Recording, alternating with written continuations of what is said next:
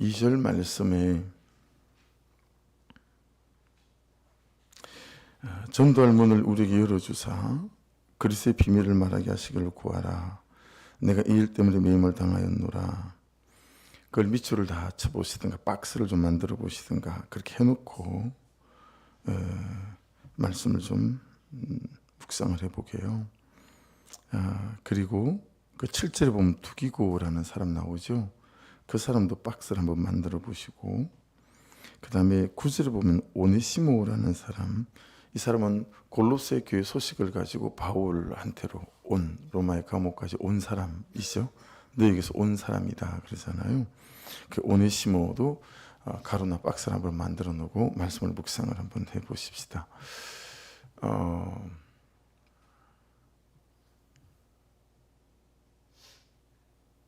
혹시 여러분들이 그 물건에 대한 용도를 잘 알지 못해서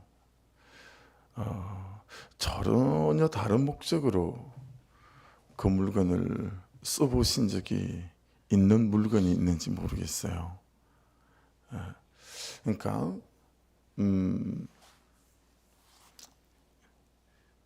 일을 할 때 쓰는 작업 공구 같은 경우에도 요즘은 여러분 작업 공구가요 진짜 별게 다 있어요.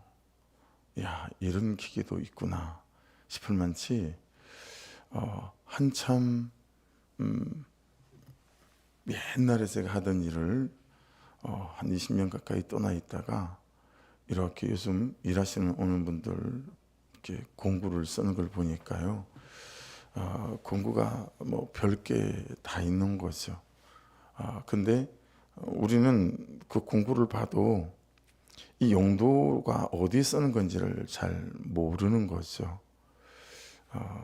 근데 여러분 사람도 그렇습니다.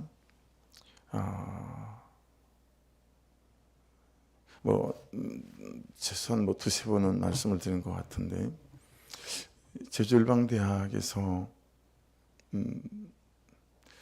가족들을 초청하거든요. 6개월 이렇게 과정이 끝나면.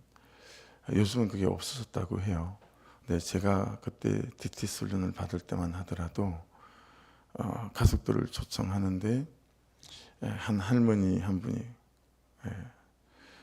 정말 시골에서 평생 농사를 지으셨나 보다라고 그냥 얼굴에서 읽혀지는 정말 주름이 자글자글자글한 그런 시골, 그냥 우리 할머니 같은 그런 할머니 한 분이 닭똥 같은 눈물을 흘리면서 아무나 붙잡고 그 학교 캠퍼스 운동장에서 이제 야외에서 바베큐도 하고 막 이렇게 이제 하는데 그냥 아무나 붙잡고 그렇게 울면서 우리 딸 좀 살려달라고, 우리 딸 좀 살려달라고 뭐 이러더라는 거죠.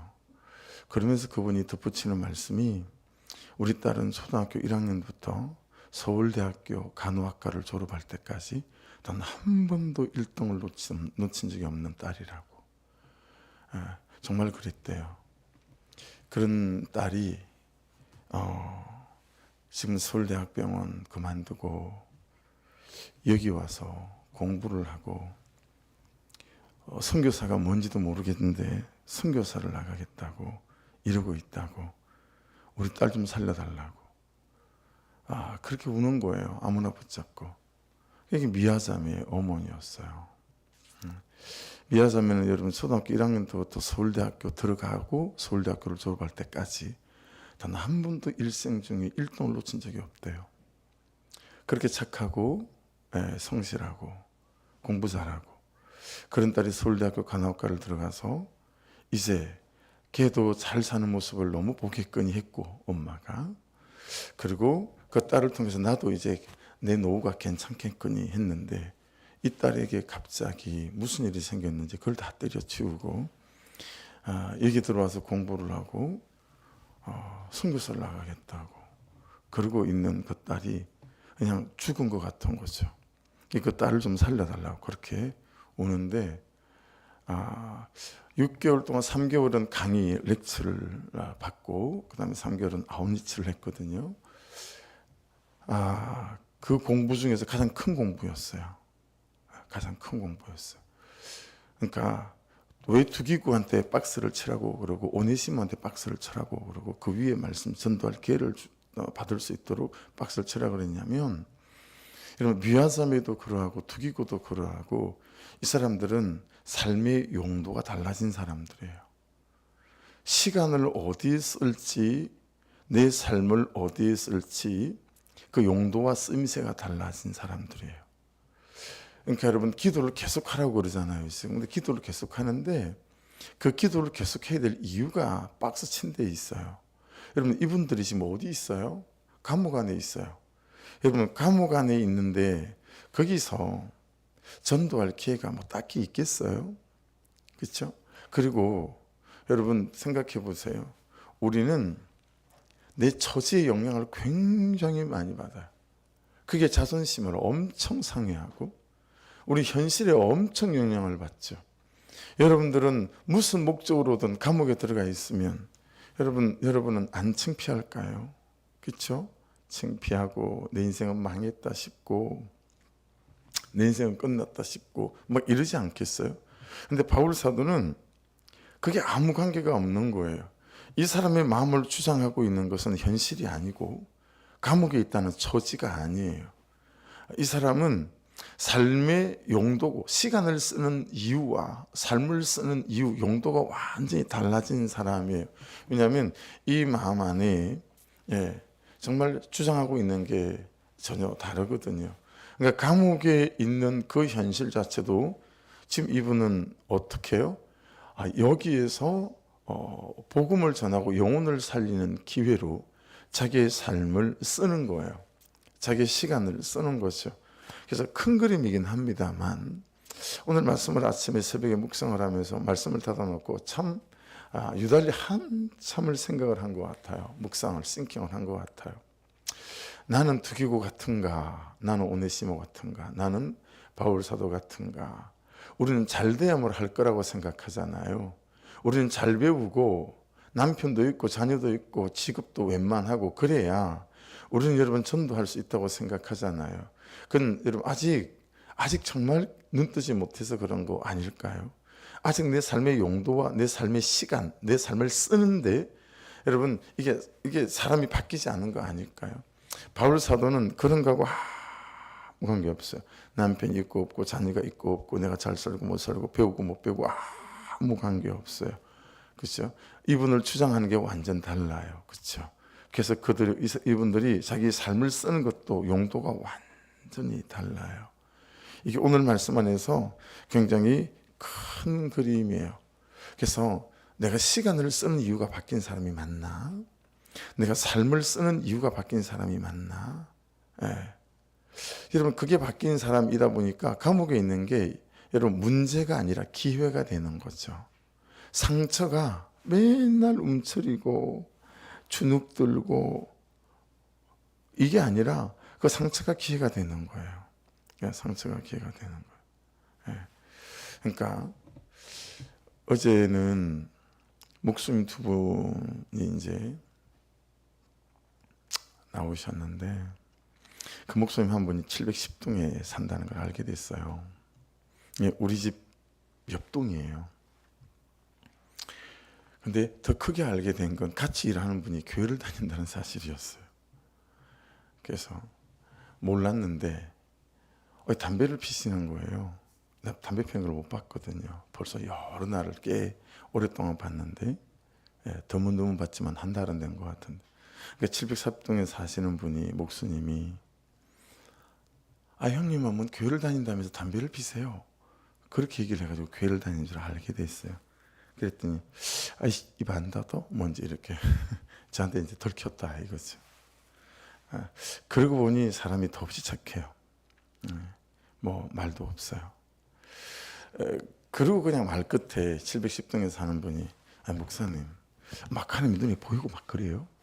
막 이렇게 물어보는 거예요. 막 기도하고 그러면 하나님 눈에 보이네요. 그래서 내가 아니 기도해서 보이는 건 아니고요. 그냥 그분이 그냥 은혜로 보일 사람에게는 또 보이고 하는 것 같아요. 그러면서 아들이 죽었을 때 일어났던 사건을 이제 장례식들의 밭들이 있잖아요. 그걸 처음으로 그분에게, 그 두 분에게 복음을 전할 기회가 생겼죠.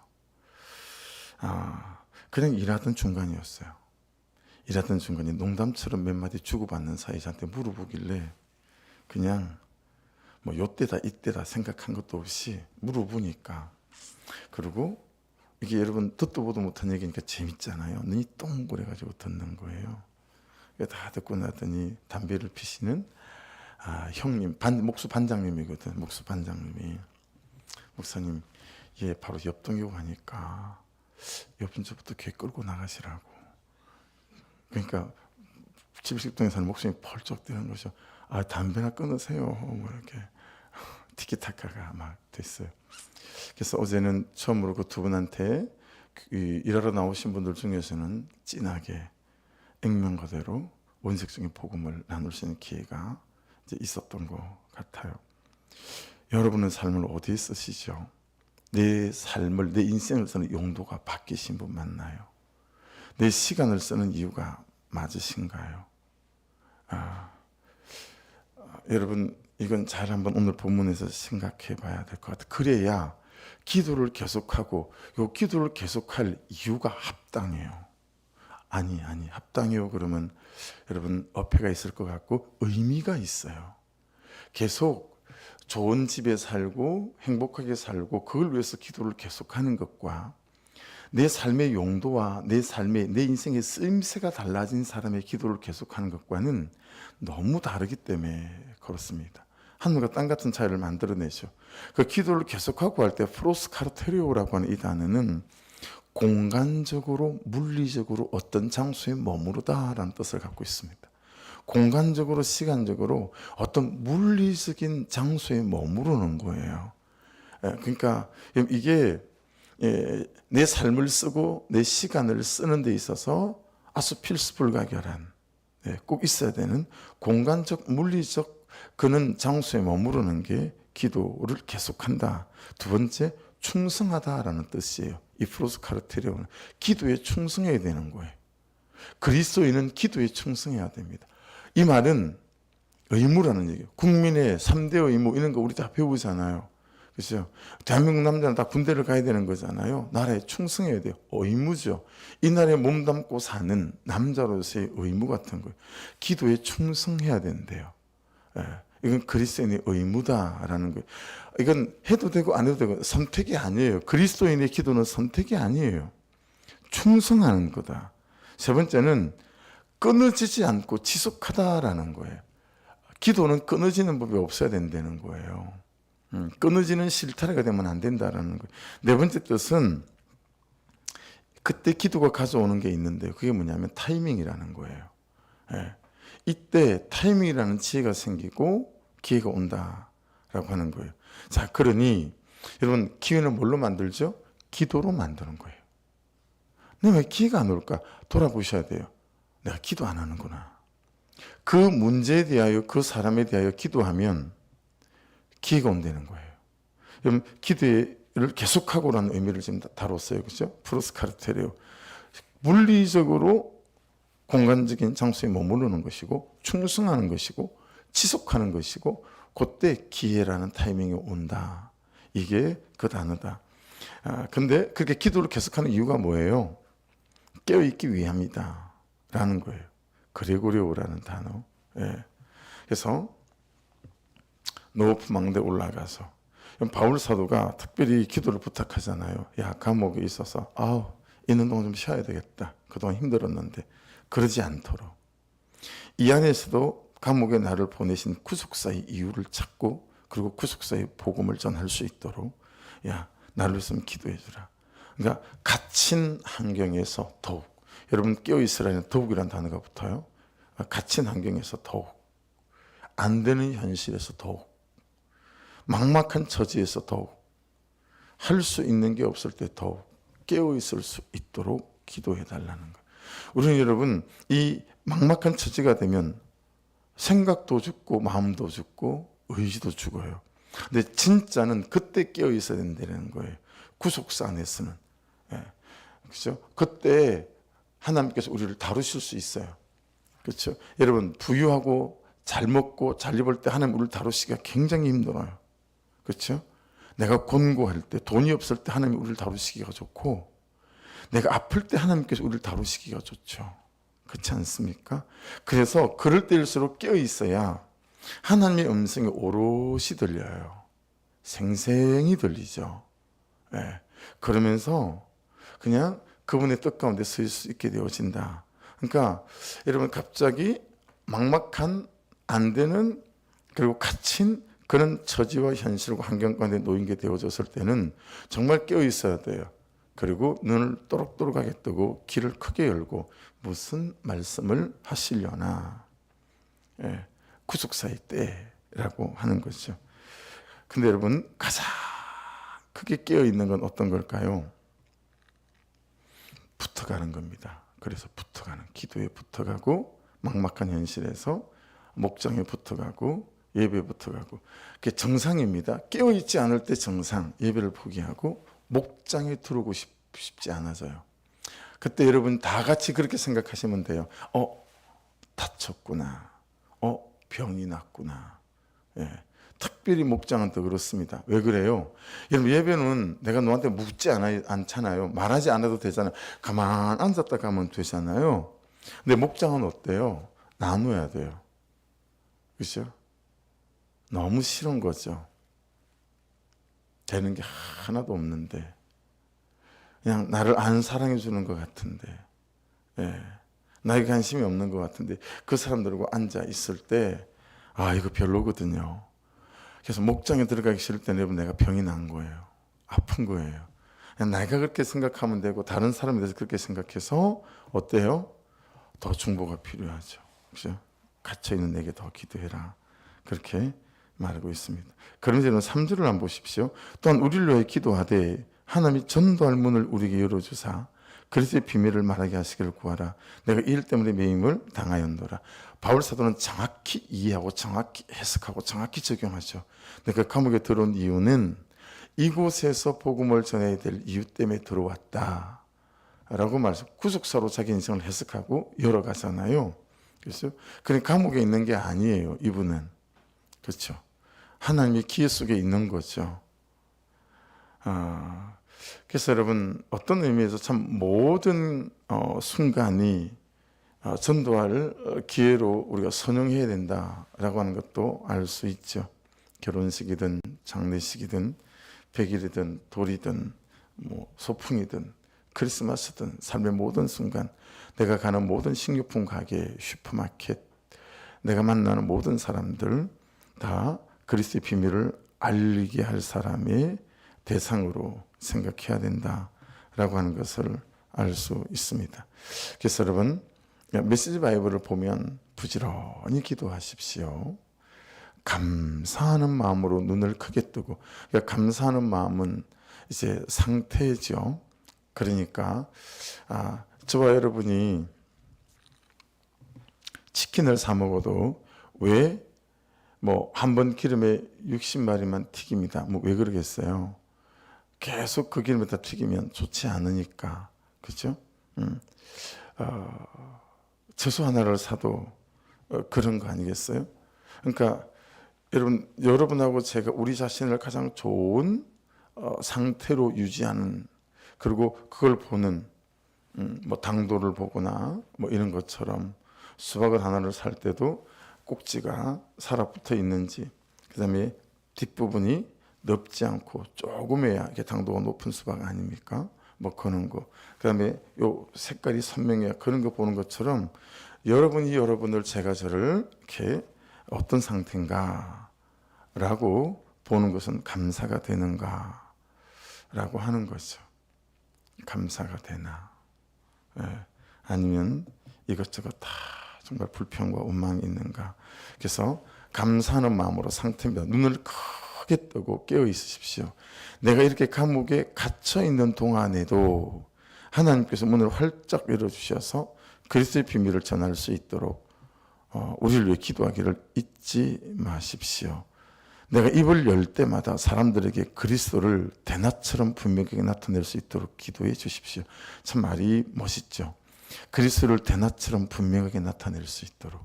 어디 있어요? 감옥에서. 감옥에서 그리스도를 대낮처럼 나타낼 수 있는 방법이 뭐가 있을까요? 내 처지가 그런데, 누가 봐도 망한 꼴인데, 누가 봐도 안 된 꼴인데, 그 꼬라지에서 어떻게 그리스도를 대낮처럼 분명하게 나타낼 수 있을까요? 지금 말씀은 우리가 어떤 처지에 어떤 꼬라지에 있든지 우리가 생각하는 그런 표현을 쓰잖아요.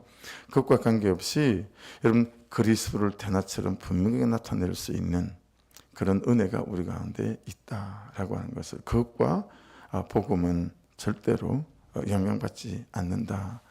그 얘기는 무슨 얘기냐면 내가 누구 손에 온전히 붙잡혀 있는가라고 말하는 거죠. 내가 정말 하나님 그분의 은혜 속에 잘 붙잡혀 있다면 감옥에 있는 그것이 그리스도를 전하고 못 전하고 이런 것과 아무 관계가 없다라고 하는 것들을 말씀하고 있는 것입니다. 5절 6절을 좀 볼게요. 귀에 밖에 사람들 가운데서 일하며 살아갈 때는 지혜롭게 행하십시오. 좋은 기회를 놓치지 마십시오. 모든 기회를 선용하십시오. 말할 때는 은혜가 넘치게 하십시오. 대화할 때는 다른 사람을 깎아내리거나 제치는 것이 아니라 그들에게 가장 좋은 점을 이끌어내는 것을 목표로 삼으십시오. 제 적용점은 아마도 6절이 될 것 같습니다. 그들에게서 가장 좋은 점을 이끌어내는 것을 목표로 삼으십시오. 이거 좀 잘 못하는 것 같다. 요즘 욕할 기회가 많아요. 인테리어 때 손대표로 욕할 기회들이 많아가지고.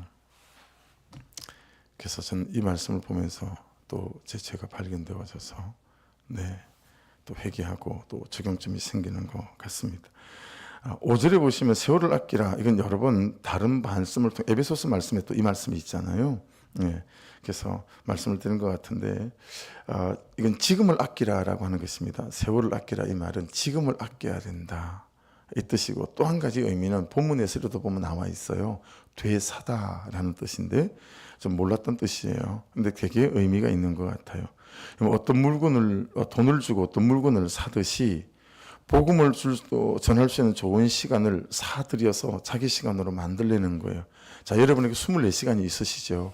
지금 급하게 이제 시험기를 마치자마자 또 서울까지 직장을 가시는 분도 있고, 급하게 집에 들렸다 또 직장으로 나가셔야 하는 분들도 있고, 바로 통근 버스를 타고 직장, 우리가 다 바쁘잖아요. 다 그래요. 근데 내가 돈을 주고 어떤 물건을 사듯이 복음을 전할 수 있는 좋은 시간을 사들여서 그 시간을 자기 시간으로 만들어서 복음을 전해라 라는 의미가 아끼라의 뜻이 있다라는 거 아니겠어요? 그러니까 여러분 복음을 전하는 시간이 많을수록 사실은 이게 진짜 시간을 아끼는 거다라는 거죠. 생각해 보셔야 돼요. 여기는 솔직히 저나 여러분은 좀 부끄럽게 생각해야 돼요. 좀 부끄러워야 합니다. 여러분 일주일 중에 복음을 전하는 시간이 언제 있죠? 언제 있으세요? 언제 복음을 전하고 나누세요? 관계전도라는 말이 생기면서부터 여러분 이게 너무 좋은 말이거든요. 왜냐하면 이게 삶으로 전도해야 된다라는 뜻이니. 그런데 또 다른 면으로는 이걸 핑계 삼아 참 우리가 복음을 이불료로 전하는 시간과 공간을 싹 없애버리는 경우가 너무 많아요. 그래서 이 말씀, 저부터 세월을 아끼라, 이 말씀을 좀 부끄럽게 여겨야 합니다. 부끄러워야 하죠. 왜냐하면 복음을 전하는 시간이 많을수록 세월을 아끼는 건데, 우리가 그렇게 내 시간과 삶을 들여서 복음을 전하는 기회가 거의 없잖아요. 전도지를 들고 예수 믿으십시오, 이 한마디를 할 시간이 일주일 가도 없지 않습니까? 그렇죠?